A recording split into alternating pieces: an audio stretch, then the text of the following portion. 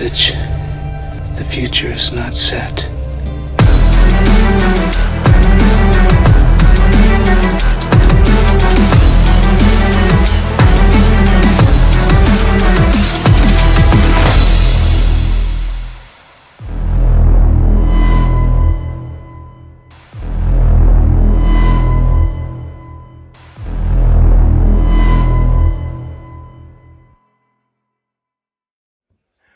All right, thank you everybody for coming out to our talk. Again, my name is Michael Aguilar, otherwise known as Vega, that's my handle. With me I have Michael Howard and Eric Escobar. And you know, I thought we'd do a talk on things that we like to do, and one of those things is physical security engagement. So just kind of going over it. The main part of it is that basically with these kinds of engagements, it's a group effort. You know, you can do it solo, but necessarily we do it as a team. And it's kind of through a lot of teamwork and integration that we kind of find a lot of success in these kinds of engagements. So in the talk, we're going to kind of just touch over who we are, kind of go over the physical security engagements as a whole.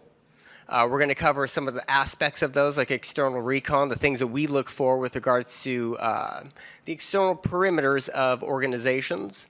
Kind of go over some social engineering. I'll be covering that part. We'll go over some of the gear that we carry. Again, there's a lot of things you can use to enter a facility. It's just what do you carry and when. And then we'll go over some of the bypasses and just some of the things that we use to kind of get entrance into these facilities if we cannot do it digitally. And just some overviews on things from the field, things we've learned, things we've seen, just some funny stories in general. Some Q&A. And some questions and answers, if anybody has any. And heckling. and heckling. So just about you know, who we are. Again, my name is Michael Aguilar. I am a principal consultant at Sophos, or Secureworks technically, a Sophos company.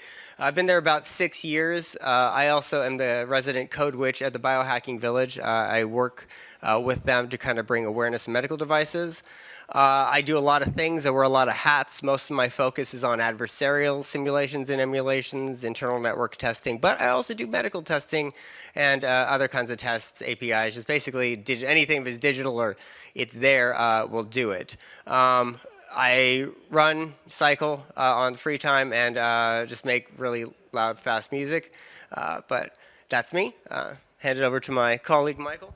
Yeah, I'm Michael Howard, and I've been at Secureworks and now Sophos for about 8 years. I also do a wide variety of penetration testing, network, web application security assessments, physical pen testing, and I also specialize in some SAP testing. I've recently gotten into reef keeping, so if anybody is kind of interested in that or want to talk shop about that too, I'm cool with that. I like DIY projects. Some are like when your reef keeping project springs a leak and you got to fix a ceiling. Just throwing that out there, but yeah, anyway, that's me. Hey everybody, my name is Eric Escobar. Let's see, I've been at Secureworks going on 9 years now. I'm a principal consultant. I like to focus on wireless security, network security, physical, I don't know, OT stuff. I used to be I don't have any classic like training of school. I went to school, I'm technically an engineer, so it's really fun when I get to do some OT testing because it makes things a lot more interesting when you can use a computer to make really big things move and do what you want or what the client doesn't want to be done with it. So. Yeah, I'm also a ham radio operator, Whiskey 6 Whiskey Delta, and all my free time goes to kids because I have a bunch of really young kids and I just drop off and pick up. That's my life. So kind of going over like what these kinds of things are in general with regards to physical security engagements. Again, if anybody's not familiar with them, basically the ask is that they give us an address and they give us some goals. And that's it. So basically with that time, and normally about a week's time, we have to kind of organize a way to get into the facility, sometimes via people, sometimes via the perimeter with the regards to controls that they have in line to allow people in and out of the facility.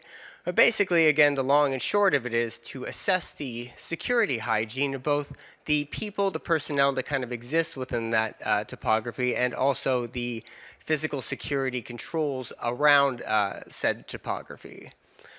So again, it's our job within that week's time to get in and perform the actions to, achieve our goals.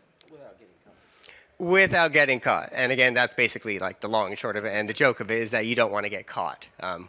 We've never had to pull our letters of authorization yet, but again, well, maybe you have once. Okay, I have not. Knock on some kind of podium, but hopefully that does not have to happen during these kinds of things. But again, it's a time crunch. You're working weird hours. You have to get there sometimes when the last person leaves or before the first person gets there. It's not a very linear kind of thing. There's not like a one-size-fits-all. Every kind of locale and area has different things and different kinds of things you have to kind of learn to grow with and kind of bypass. I've noticed in my testing experience, it kind of varies by region. Not necessarily like specifically by location, but it varies kind of topographically how the people react and what the kinds of controls are in specific regions, or at least so I've noted. Because in California, everybody's really cool, really nice. Everybody will hold the door open for you, which is great. But you go to New York City, and tell me what happens, guys, in New York City. I'll put it this way. Some of the things that we've done, such as exiting building windows in California, would not fly in New York, and the doorman would practically kill you. But again, starting from the beginning, we do OSINT. You have to learn about your environment. You have to learn about your target. So we start looking around the things that are available with regards to the business. We start looking around LinkedIn, pictures of the facility. Is there anything on Google Maps? Are there any smoking areas? Is there an area like that people aggregate? So think of it like fishing. You kind of want to fish where there are fish and not kind of, go into a void where there are no people, because that's not going to help you with regards to trying to get into a facility and or blending in. So a lot of this is with Google Maps. Thank you, Google, for going ahead and taking the recon pictures for us, because basically you've done all the hard work and you've already done it incognito. So as an example, take a look at this facility picture, everything you've learned, like you've seen on Google. These are all openly available pictures, just a random thing that I looked up online. Is just like, let's look at this building. So there's a couple of things we've learned here. One, there are some key entrances. Obviously, you can see an HID badge reader at the top of that little area. You also see that door that has no kind of doorknobs on the exit of the facility. Those would be prime things to use for like a shove knife. But again, these are all things that are already taken for us that we observe and then we utilize to make smart determinations on what kind of tools we are going to bring. Now, down here at the bottom, you'll see two cases. That's my friend Michael's kit with his physical security tools. Mine are a bit larger and a bit more ominous, but necessarily we have a lot of tooling and we want to make sure to bring the least amount of tools on site because you don't want to have to be running around clanking with like 9 under the door tools and like 8 high frequency badge readers when all you need is maybe a couple picks and like a smile. But again, as you noted, the side entrance has that area where you can probably use a shove knife. There are HID badge readers, probably the first version of that, so that's going to mean you need a low frequency reader. And these things that, again, you find online are things that help us make smart determinations on, again, what we bring on site when we go there. Also, again, you can find their camera systems, things like the battery and a hotspot.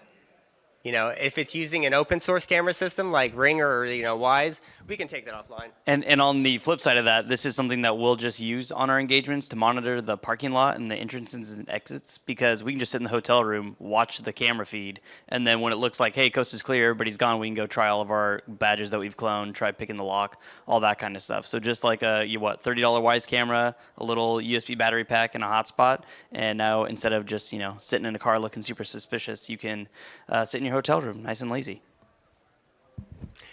Now, Facebook. I love Facebook. Not as a user, but basically as a hunter.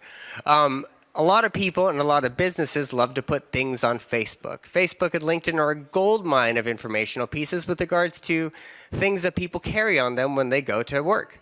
If you look online, a lot of times people will go to the Christmas party and they'll have like a grouping of people and everybody's smiling, and you look and there's a badge. Now, what does that allow us to do? That makes it so when we go back on site, we have a badge that looks pretty much believable, if not almost 100% believable. We add the fact that we have a cloned, possibly RFID coming up later, then we will be able to enter the facility looking pretty much like you. Except obviously, you know, since I have a lot of tattoos and things, I will be covering those up, and you probably won't see any of those, again, when we enter that kind of facility, as I'll be wearing long sleeves and using makeup to cover up the ones behind my ear and on my neck. But again, people take pictures of all these things, and that just makes it a lot easier for us to determine what we're going to be doing when we enter these facilities. It also gives us an idea of what kind of badges they carry. Sometimes we've even seen it to where their facility code and their, you know, everything is printed directly on the badge. It's almost like when we see the keys and they have the key bidding on the keys. That just means we go to the hotel and we just cut the keys.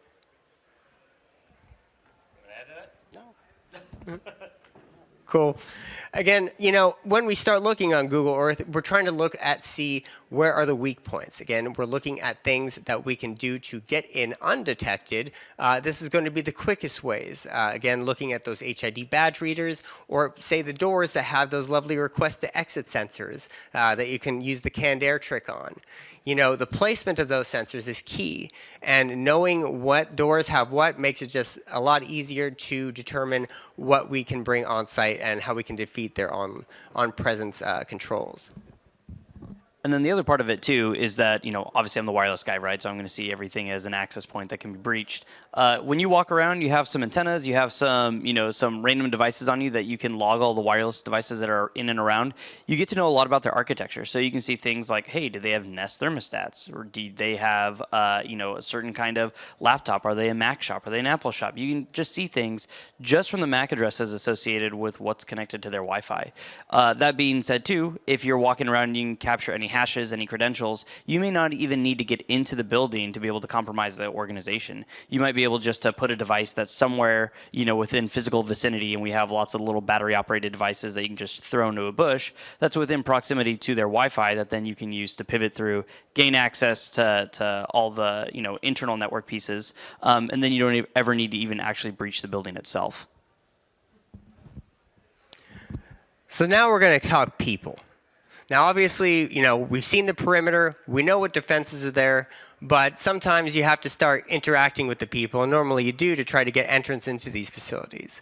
That's where the social engineering part's going to come into play. Now, here again, it says the antisocial social engineer.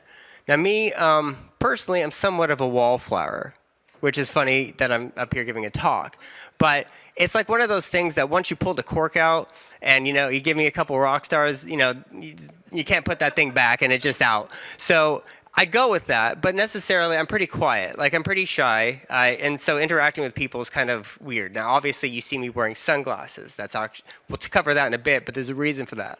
But we're going to go into how we move inwards on people.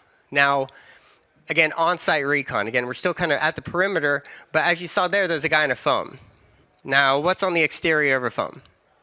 A camera. And luckily, they have made these cameras very good with regards to zooming in and recording videos. So, again, a lot of times we'll just be walking around, you know, having a fake conversation with somebody, but in reality, we're actually recording the perimeter of your building, getting a closer look at the badges, getting a closer look at kind of the inside, any kind of defenses, and taking a look at the people. You know, where are they walking to? Are there any kind of guards that are there? You know, is there anything we can note from that on-site reconnaissance, just walking around like a person who has no idea of kind of like what they're doing, just having an aloof conversation? People normally will walk by those, you know, somebody who's having a conversation, not thinking twice, and almost kind of ignore it because it's somewhat rude, you know, to listen in on a conversation. So they just kind of let you mind your business, and, you know, unless this is a very protected area with people who are kind of aware, you can just walk around with a phone all day long and nobody's going to say anything. So going a little bit further, again, obviously you have to try to move in on these peoples. I'm kind of like a snake. I have a lot of skins. So necessarily I can, dress up, act different ways. I know different terminologies. I've worked in kind of the medical field. I've worked in computers. I've worked DoD. I've worked in customer service. So I know kind of how to interact and kind of how to emulate a certain persona. But again, as you see here, obviously I've had to dress up like business people a lot, and Eric has done the UPS thing to try to get inside to the building. But you'll see how those kinds of things kind of come out with regards to how you can get quick wins. And the other thing that's funny too is that depending on your, where you are in the country or internationally, there's a lot of things that will work and some things that won't. One thing that we found that works out quite well is if you just act like you're an electrician, anybody will let you in and say, hey, we cut the grounding rod out back. You mind if we hop onto your desk real quick and make sure all your outlets are grounded? Now, those are all words that like a lot of people probably have heard before, kind of understand, probably not as well as they should. And if somebody with a clipboard and like a reflective vest and a multimeter and a hard hat come in, steel-toe boots, and they say, hey, can I hop under your desk? They're like, yeah, how long is it going to take? And be like, oh, you know what? It'll probably take 10 minutes, grab a cup of coffee. Well, now you have an unattended computer that maybe they locked, maybe they didn't lock. And that's now some unattended time that you have underneath their desk to plug stuff in, plug something into the network, a Dropbox, a key logger, whatever it might be. So, there's the one aspect where you're just trying to gain intel and gain information, but then when you're actually trying to go into the organization, that really helps to kind of gain somebody's trust when it's something that they kind of know something about, but ultimately they don't want to get shocked, and so they say, I don't want to get shocked, so sure, have at it, and I'll be like, hey, sorry, we're just doing some work out back, didn't mean to cause you any harm, that's why we didn't put in a work order or anything like that, and pretty much everybody believes it. Yeah, I mean, really the key is knowing what is going on in the facility and knowing how long the persona that you're going to emulate has in a normal interaction to be on site. Now, obviously, the FedEx and the UPS and the Amazon, those are touch and go people. They show up for a limited amount of time. They may be wandering around looking for a space, but basically you have like 15 minutes possibly in a site if you're kind of aloof and there's like multi-tenants in there to pretend like, you're looking for that specific person to get out before it starts becoming odd. Now, again, that's why the determinations of what you're going to emulate are smart. Like other times I've shown up like a potential renter. The potential renters have a lot of time in sight. You want to take a look around the facility. You want to take pictures. You want to see if this can be the right place for you to rent. So again, it's that smart determination of how you're going to emulate that persona and what you need to achieve in that interaction to be able to get to the end goal. And in the one that Aguilar just described of looking like a potential renter, he came up with it, and it was brilliant, and it was really funny because he was describing kind of the office look and feel that he wanted because he had seen pictures of our client's office online, and it was the exact look and feel. And so the building manager says, you know what? We have an office in that building that fits this description. I think that they'll let us walk through it if we ask. And so then I think it was the CFO or some C-suite executive who did not know about the engagement invited us to go tour the office and go walk around. And then our POC is sitting in his office and he sees us walk by escorted by building management, and we just waved to him.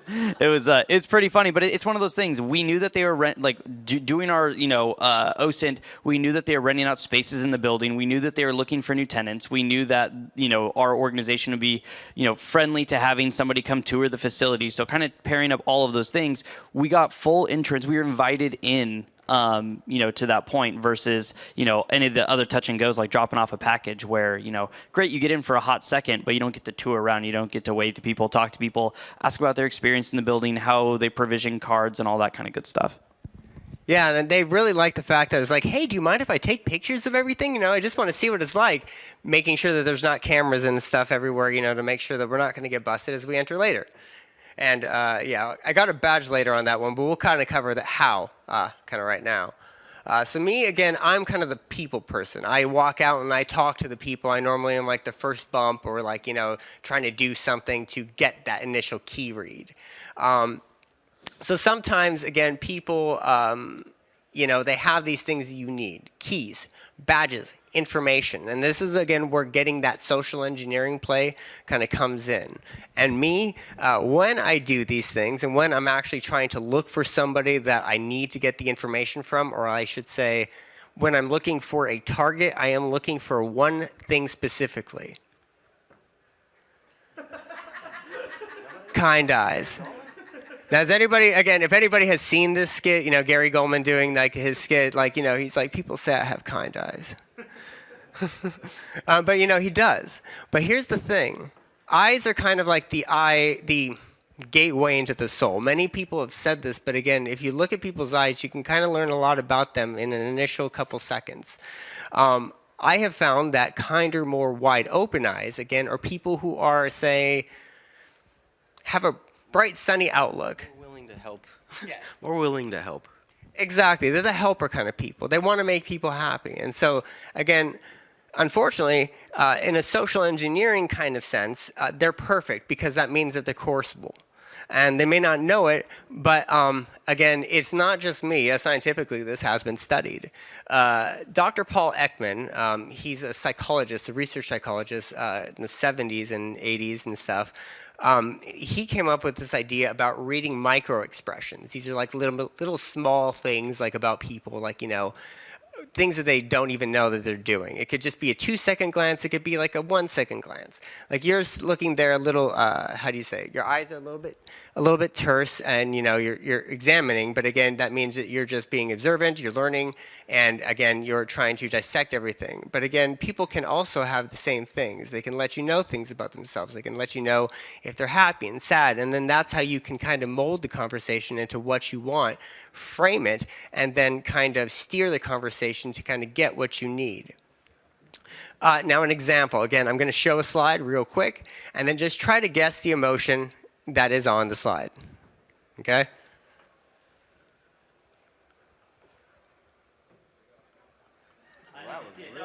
Exactly.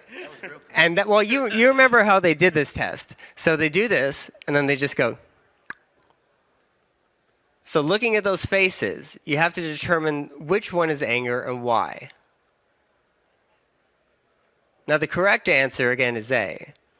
But does anybody know why? I just had it. It's the direct look, the terse lips, the lack of wrinkling of the nose, and basically the eyebrows and the corners of the eyes. The direct look, again, is implying that they're directly looking at the person or the target. And all of that kind of interaction, again, means anger. If you're looking at the guy on the B, that's more of, or sorry, C is more of a disgust. You can kind of tell the nose is wrinkled and things like that nature. D is more of confused or like, you know, just kind of like, you know, unsure. And B is more, how would you say, forgot the word, but basically it's not the directed anger. It's more contempt. So again, by reading the signs, again, you can kind of steer a conversation of a person or somebody you're trying to interact with in a social engineering manner. Me, again, one of my go-tos is, again, how do you say, the kindness of people. Again, looking for those people with the kind eyes. Once you focused on somebody and you actually have an interaction, again, look for somebody, maybe offer them some gum, you know, have a small conversation with them, you know, hey, you know, what's this building like, you know, starting to rent them from them. And then, like, if you exit the building with them, hold open the door, you know, a kind thing. So when you do that, basically, they would like to do something in return. So as we're exiting, it's like, oh, you know, I have something in my shoe. And so, you know, can you hold my bag real quick while I get this thing out of my shoe? Normally it's like, you know, those loafer kind of shoes, they're kind of tight. So while we're doing that, obviously, I framed the interaction. It's a small thing that they can do to hold the bag really quick, you know, as I just get this out of my shoe. I'll empty, like, and there's a little rock in there. But the thing is that they're holding my badge cloner, and basically I'm just getting badge reads all day long, get my badge back, and then basically we'll just go and do arts and crafts time. But by reading people, again, you can also get information, especially when it's like a decision or any kind of other things, to learn, like, you know, is this A or B? Is it going to be, you know, C or D? Sometimes these things can lead to maybe you possibly reading somebody's face and determining what the numbers are. And that actually happened. So. I was going to say, Michael won a car on Price is Right. You should go Google it. But again, one more thing that I always kind of tell myself when I go on site is that basically you need to have a good reason to be there. Because if somebody stops you and asks you, why are you here? You kind of have to have a reason. And one thing, again, in the OSINT that I like to do is to have a viable story. Research the business. What do they do? What are their events? Is there some kind of like, external wing that you're from? Can you kind of make up an entity? Can you emulate somebody? But again, once you come to this determination of having a story of why you should be there, stick with it. Because if you don't stick with it, then it's just going to fall apart. So to stick with it, again, you can tell yourself, basically, just go with it. Just put it in your head and I'm there. I'm this person and I'm just going to roll with it. Yeah, so we're going to talk a bit about some of the tools that we use. I'm not going to go through every tool that we might use on a physical security assessment, but I did want to cover some that I've modified and customized to work for me. Some of these you may have already seen before, some of them maybe just slightly different, but I thought it would be good to kind of share these, and if you come up with ideas to improve upon these even further, please let me know because I'm always wanting to improve my kit. But yeah, so the first is for the infamous K22 or the underdoor tool. I'm sure probably everybody that's interested in physical security has probably heard of this tool or seen it before.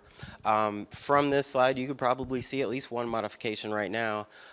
If you don't know the tool, normally it comes with a braided cable that really gets bound up into everything in the bag, and when you pull it out, it comes out with every other tool in your bag. So here, this has a keyback. It makes use of a keyback, which is basically just a retractable keychain.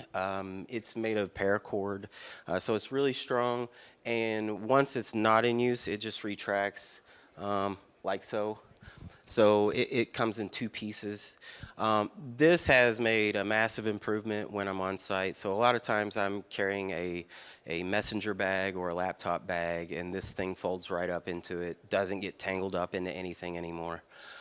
So that by itself was a massive improvement. One modification that you may or may not have seen, I found this from the Not So Civil Engineer.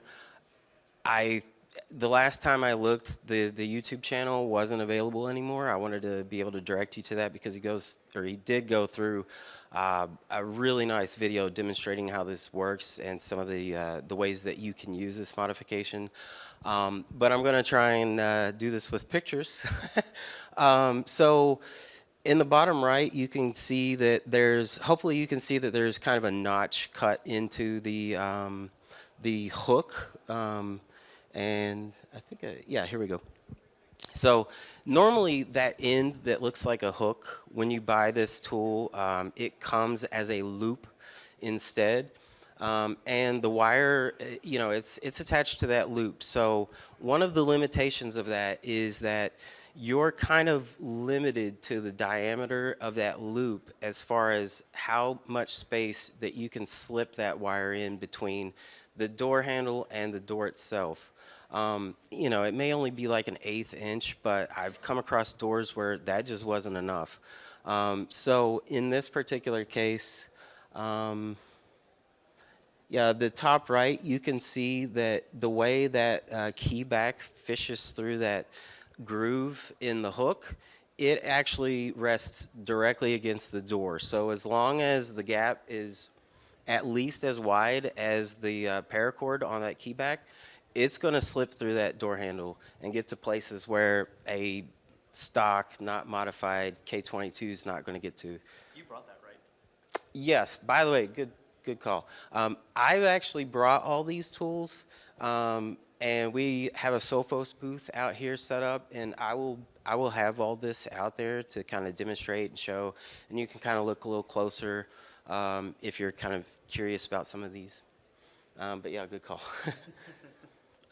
Another way that this can be used is by opening crash bars, doors with crash bars on the opposite side. That hook in the top right, you can see that you can actually use that hook to grab the stationary hardware of the crash bar. And when you pull the cord, it will actually push the crash bar in from the opposite side. So What force does that take to do that? I mean, it varies. That's like an angle right there. Like, I feel like Yeah, I mean, it is something that takes practice. You kind of have to bend the tool to get at the height, kind of estimate the height of the crash bar, bend your tool so that it kind of comes up to right where you think it's going to land, and then you can kind of work it in and it'll hook. If you're off on that, the hook may not grab the hardware itself and it will kind of slip off. So it does take a bit of practice. And yeah, it's not easy, but it is something that can be done. And, it's not something that I would have thought of before. Now, has anybody ever seen this on the other side of the door? What do they think? Oh, no, you try and make sure that nobody's there, if you can. So he's actually alluding to a scenario that I got into where this was like 10:30 at night, and we were on an engagement. There was a small window in the door. It looked pitch black in there.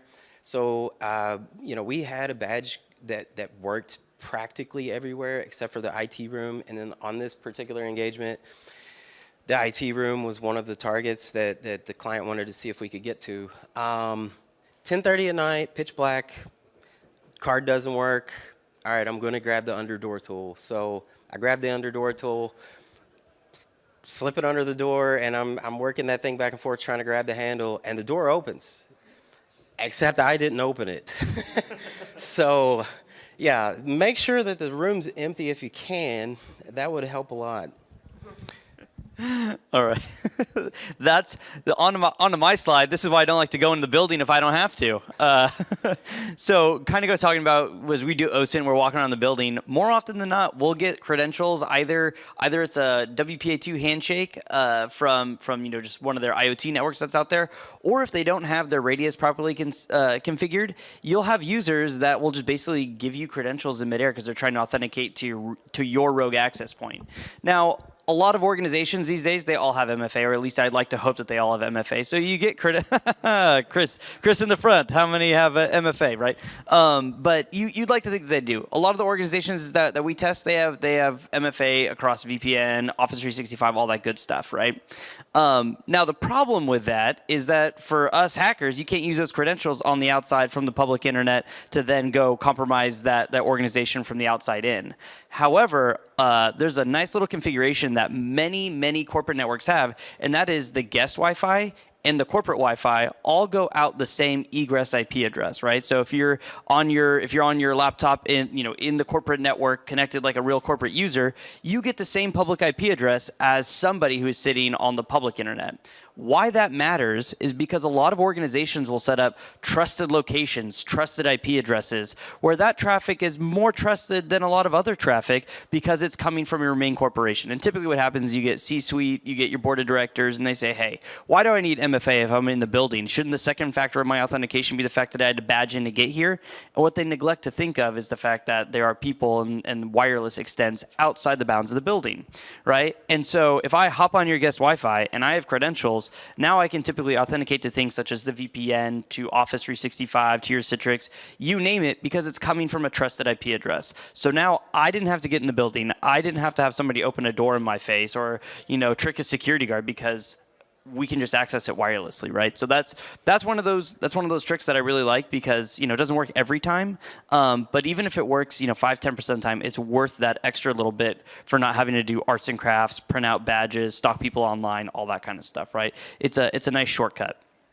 The other consideration too that I just think is so much fun is the fact that even if they have fully encrypted, everything networks, nothing's on guest, blah, blah, blah, this, that, and the other, no matter what, you'll see in the wireless layer, you'll see the MAC addresses of devices connecting to that network. And so MAC addresses, they have the hardware identifier. You can typically see different versions of different, wireless chips that are on board. And then there's huge lookup tables that you can go look at online and say, hey, this is my MAC address. And, if it ends in this, or sorry, if it begins with this like certain level octet, hey, these are Nest thermostats. These are Wise cameras. These are Ring doorbells. This is an S2 security system. Everybody's using MacBook Airs, right? It gives you a lot of just insight.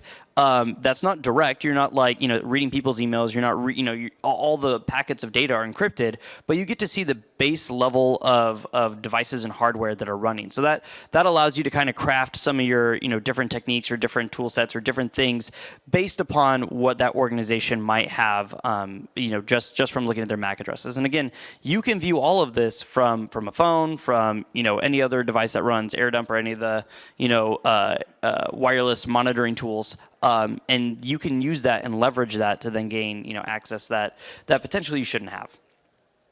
The next bit about this is, as I kind of mentioned a little bit earlier before, hopping under somebody's desk, but just installing physical keyloggers.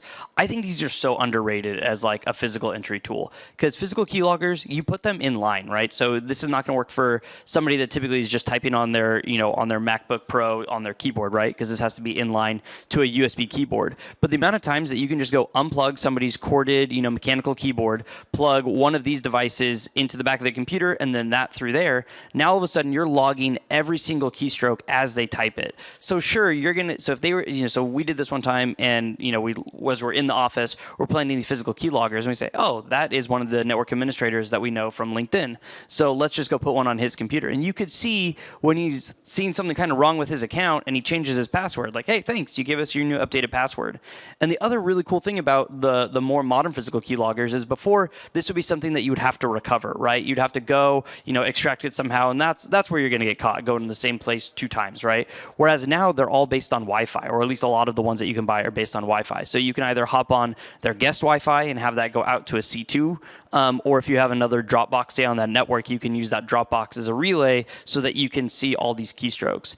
And again, it kind of comes back to that the laziness, or you don't have to be present in the organization. So one time, Aguilar and I were doing this, and we woke up in the morning, because we were out late at night, casing the place, and we just see, oh, here's the user logging in. You can just look at the screen session and see their keystrokes as they jack up their password, backspace, backspace, backspace, backspace, backspace, and then type out their right one, right? So you can see these keystrokes and everything happen in real time. So there's a huge power in being able to plant some of these, and it does take a whole bunch of elevated access to get into that point. But once you're there, you can even inject keystrokes in the opposite direction. So when you see somebody do like WinL or lock out or leave for the day, you can unlock their computer because you have their password, and now you're authenticated their operating system. So you can run any one of your shell commands to download a beacon, your C2, so on and so forth. You can think of all the bad things that you can do on that host. But yeah, I really like these things. And Carlos, you're going to like this next slide. Oh, is he? So yeah, Eric likes to talk a lot about accessing the wireless network from the parking lot. And that's sweet, but we have a lot of customers that want to see if we can actually plant a Dropbox on the network. Is port security enabled? If it's not, or if it is, can we bypass it? A lot of older printers and things like that don't support like certificate-based stuff. So those are often areas that we'll look at to plant a Dropbox. But just like the Underdoor tool, at least before I customized this setup, it was a bird's nest. And if you try to pull that out of the bag with all the Ethernet cables and everything attached to it, it would pull a lot of other tools out with it. And, depending on the scenario, this might be a situation where you're trying to be as quiet as possible, as quick as possible. And when you've got all these wires and things like that hanging out everywhere, it kind of hinders that a little bit. So I came up with this little setup. The main piece here is a Zima board. If you've never heard of them, check them out. I think they're awesome. There's no moving parts. They use very little power, at least relative to something like a Nook. If I needed to, I could probably run this off of a battery for a little while. In this case, I've got I 3D printed a piece that would mount to the original screw holes and things like that, and it makes use of a hotspot that can connect through the USB really short USB cable that just wraps around the device so it's not getting caught up in anything. Really all this thing needs now is just power. I believe I remember seeing that you can use power over Ethernet splitter to power the device and get the power over Ethernet. So if you have like a splitter for that, that's just that much less you have to carry in your bag. But this is a nice compact little piece that would slip under desk, and you know, in most office spaces you could put this in an area where nobody would see it, and there's very little light. In this case I actually used the tinted plastic that comes with the Zima board to actually tint the screen on the hotspot, so even if that comes on, it's pretty dim, and you know, if it's under somebody's desk, they're probably not going to notice it. So that's another customization that I really like. A couple of others. So these are what we use as badge cloning devices. This is a high frequency reader. It has an ESP key from Red Team Alliance. I think those little devices are awesome. They're used to read the v3ga data raw off the readers. The ESP keys are already programmed. They got a little web interface, like it'll spin up an AP. You just hook up to it with your cell phone, and it's ready to go. So I love those things. I've probably got 3 or 4 of them now. And it's actually what I use on all my badge cloners because it uses very little power, and it's, like I said, it's ready to go right out of the box. In this case, I've customized this so that I don't have to open it up unless, you know, you get stuck at TSA for 30 to 40 minutes and they force you to open it. But I wanted this thing to be, you know, made to a point where I could just plug in a charger from the outside, switch it off and on from the outside, and never have to open it up unless, you know, I'm forced to. Under duress and freedom. Under, yes. And that's the same with the low frequency reader here. I also customized this with a battery that's removable in case it needed to be removed for flight. I take this particular case as a carry-on. Usually don't have a problem with it, but I figured if somebody did have a problem with the batteries, I can at least unplug them and remove them. But yeah, this is how I've customized my readers. I hope it maybe gives you an idea of how you can make things nice and sweet. Making this as compact as possible. I wanted this to run all day long if it could, because, you know, depending on the scenario, you might be out in a really wide open parking lot, or, you know, even working within a facility using this to try and capture additional badges. You know, maybe the first one that you captured, it just gets you in the front door and that's it. So you might want to walk around the office and try and escalate privileges using a badge cloner. You know, catch yourself in an elevator with somebody. Yeah, last time we were on site, we just took that with us on the second visit, then opened a drawer and found a boatload of badges, then just took that thing and just kind of waved it over everything, just kind of scooped them all up. Yeah, by the way, for anybody that has not seen or used these, they have a read range of about 12 to 14 inches. It kind of depends on the environment. So yeah, if a desk drawer has a badge in it, waving that thing in front of it is gonna get them. Another case that I've used this is I've been in a facility where there were coats that they use for you know, like OSHA reasons. It was like safety, you know, kind of equipment or clothing, and we just waved that in front of all the coats and started picking up badges that were just left in pockets. So yeah, okay, go ahead.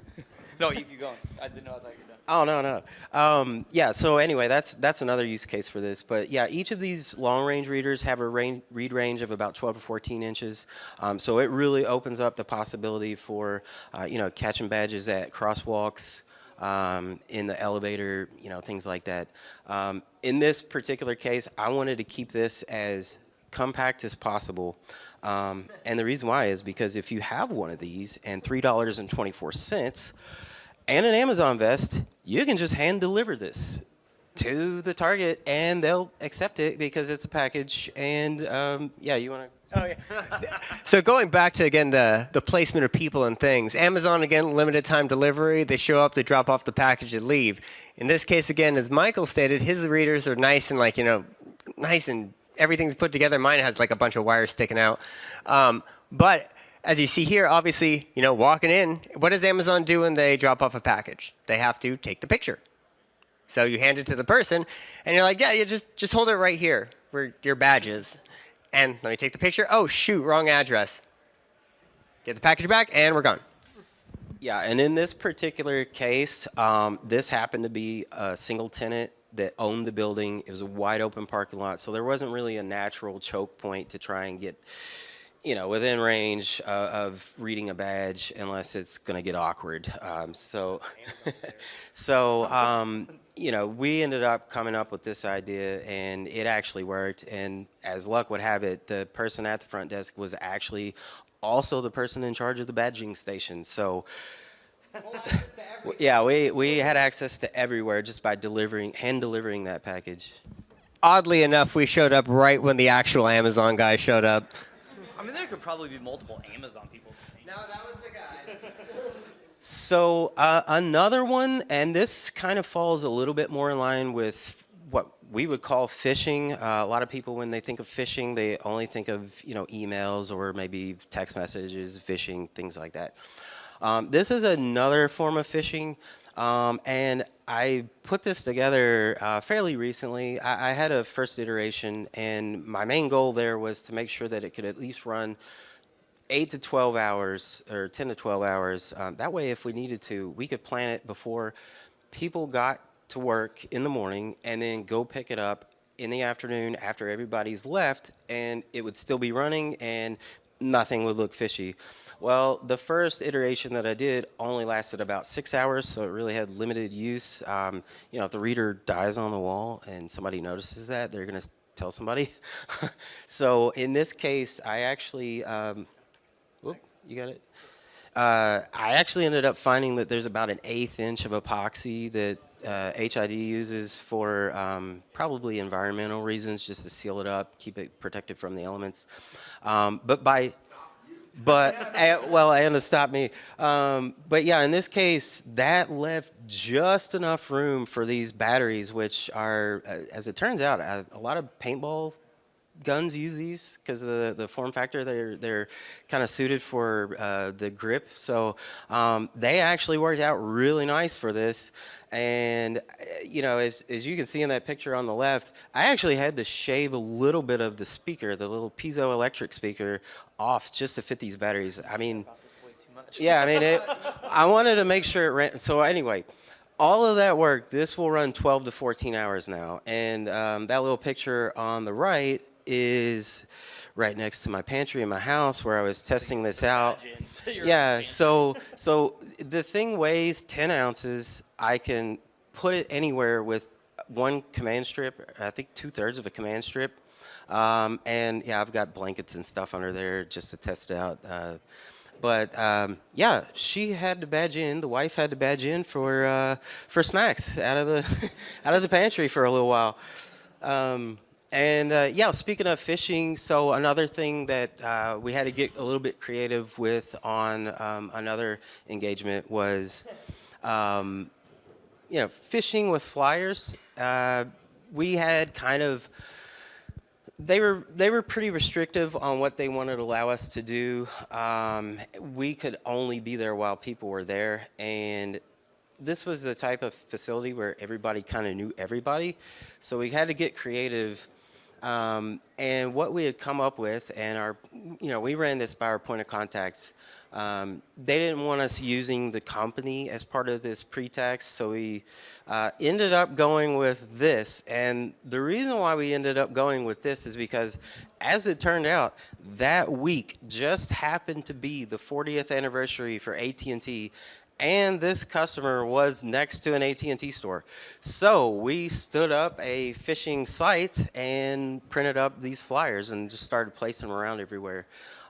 So yeah, this is just kind of another example of getting creative on these engagements, and kind of another form of phishing outside of what you would think of with emails and things. So. Now, what happened, though, was that this was in New York. Now, again, the people tend to know people in New York, and the cleaning staff knew everybody, and doormen knew everybody, and everybody knew everybody. So as we're laying these down, the cleaning staff was picking them up and like throwing them away. Again, they weren't following us, but this led to our interaction on the fourth day when we entered, and we were apprehended within about 20 seconds of touching that floor. By an angry gentleman and a woman screaming on the phone that was the head of security. She unfortunately got us the first day. We kind of soft-talked our way out of it. I thought we got out of it, but again, that was my first interaction with people from New York, specifically Manhattan. And sure as all Hades, he told me that she's going to follow up on that. And first thing in the morning, she followed up on that. The operation ended with them putting out an all call to everybody. So if you see us, basically call the police, which is NYPD, which meant we were going to Rikers, which I'm not going to spend a night in Rikers. But anyways, we no longer could go in certain areas of Manhattan for like the last couple days. So that was fun. But that kind of brings us to the end of our talk. You know, again, we've kind of covered some things with regards to you know, what we do with these kinds of operations, some tool customizations and other. But as the group, did you or anybody have any questions? Oh. Yeah. By the way, I just wanted to mention again that I will have all of these tools, including those that have been customized. I'll also have a lot of the tools that we didn't cover today just because of timing. But if you're interested in any of those tools that were customized or any of the other tools that are commonly used, and you just want to see like what they are, how they work, and all that kind of stuff, yeah, feel free to stop by the booth. I'm going to keep these here at least probably for the most of today. I'm not sure if I'll bring them again tomorrow, but yeah, we'll be at the Sophos booth with these. So if you want to check them out, stop by. I'll go field some questions. Anybody have any questions? Any, like, kind of anything? Wow. Hecklers, man. All right. Well, I mean, they're not going to be able to hear you. They're not going to be able to hear you. Oh, the sunglasses. I wear sunglasses because I don't want people looking at my eyes. Well, no, just because my eyes dart. Like I'm like constantly looking around and like thinking. Like, so if you see my eyes, basically I'm staring off in space, and it doesn't look like a linear thought. So people may think I'm kind of aloof, which again goes into the social engineering thing. When I do kind of play an aloof person, just can be kind of like, oh, can you hold something? I got a rock in my shoe. Like, why would you have a rock in your shoe? But anyways, it works out.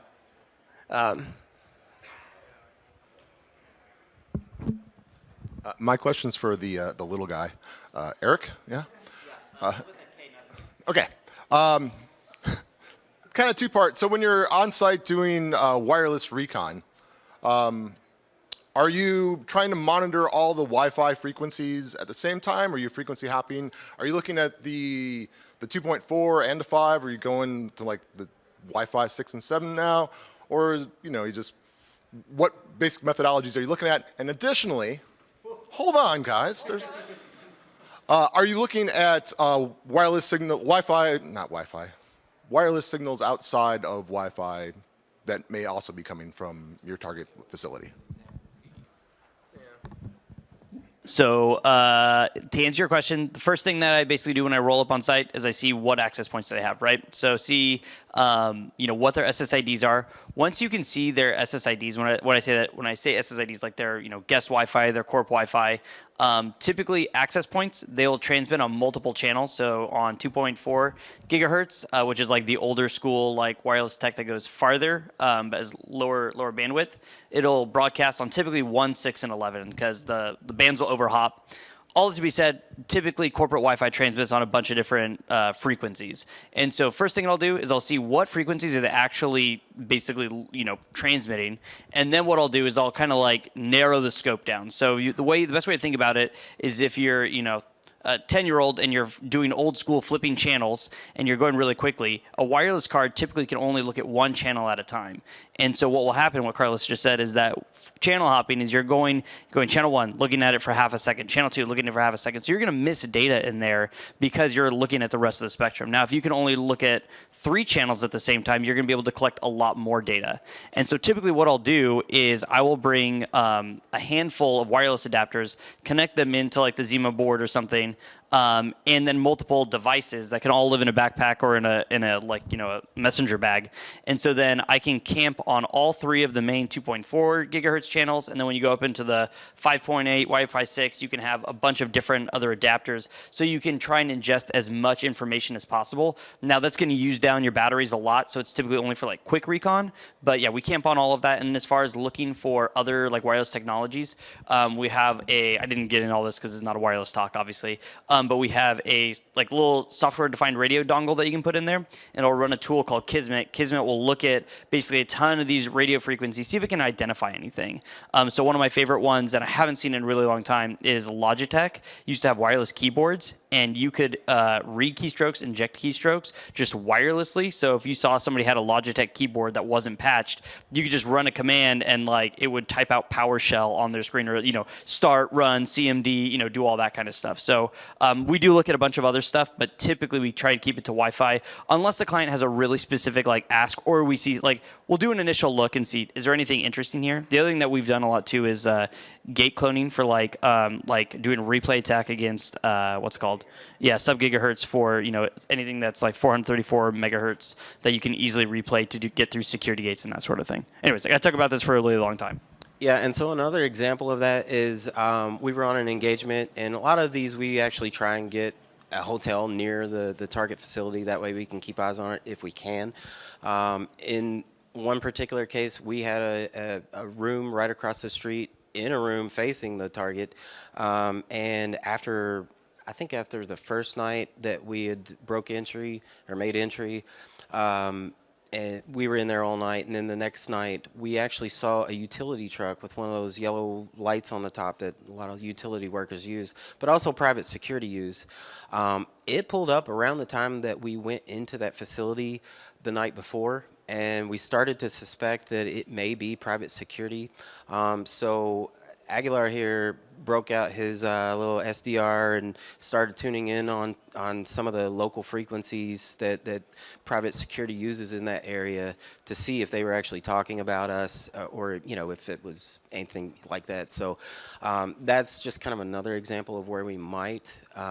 In that particular case, they ended up driving off about a half hour later, but yeah. Do you have something? Yeah, I mean, again, normally PD, that helps to know if police is on the way.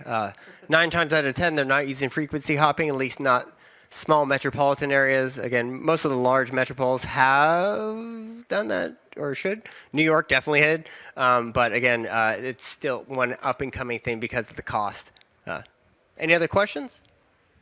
We will also be at the SoFo/Secureworks booth too, so if you want to talk to us and not, you know. Oh, yep. Hold. Well, I mean, they won't be able to hear it or record it. So for that flyer you had with the QR code, how do you do that scope-wise if they're going to use a personal device on that? Is that an issue with some clients? Do they care?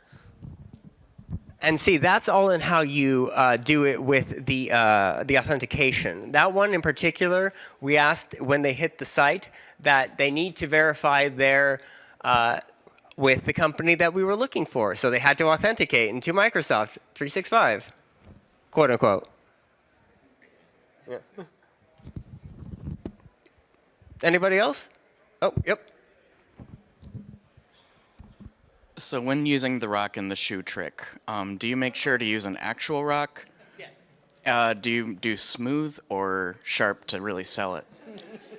It's whatever is in the physical location. Normally it's a little pebble from the ground in the parking lot. Okay, so you use native rocks? Yes. Okay, because you never know if someone like plays Dwarf Fortress and they're like, no, that's from a sandy loam, but we have loamy sand outside. I can't use a river rock or something like easy, so I just get something that's topographically there. Perfect, you're on top of it, it sounds like. Yeah, remember, the whole goal is to blend in, not get caught, that kind of thing. Well, that and the other one. The last one, one of these jobs, again, it was just a conversation that kind of started it, with regards to trying to get the target. Actually, I had to run into the building, drop off a USB. Actually, we had broken into a sister company the week before. I stole some letterhead and everything from that company. So, we dropped off a USB with some malware in it. Hopefully that got there. But then I came out of the bathroom after I washed my hands, and there was like 4 people in the lobby. And then some woman goes, "That's the guy." And my blood kind of went cold, and I'm like, okay. Yeah, no, I just saw somebody had dropped a USB. She was speaking with a police officer, and it was for a kind of investigation thing. But necessarily, they were handing files over, so I just kind of roll with it. I don't know. Listen, he drove off in a car. I'm just trying to make sure you get your things. And we started talking about food. Then it kind of broke down that barrier, and then she got close enough to let me get a bad read with the shoe trick. So. All right, if you guys have any more questions, we'll be at the Sophos Secureworks booth. Thank you all.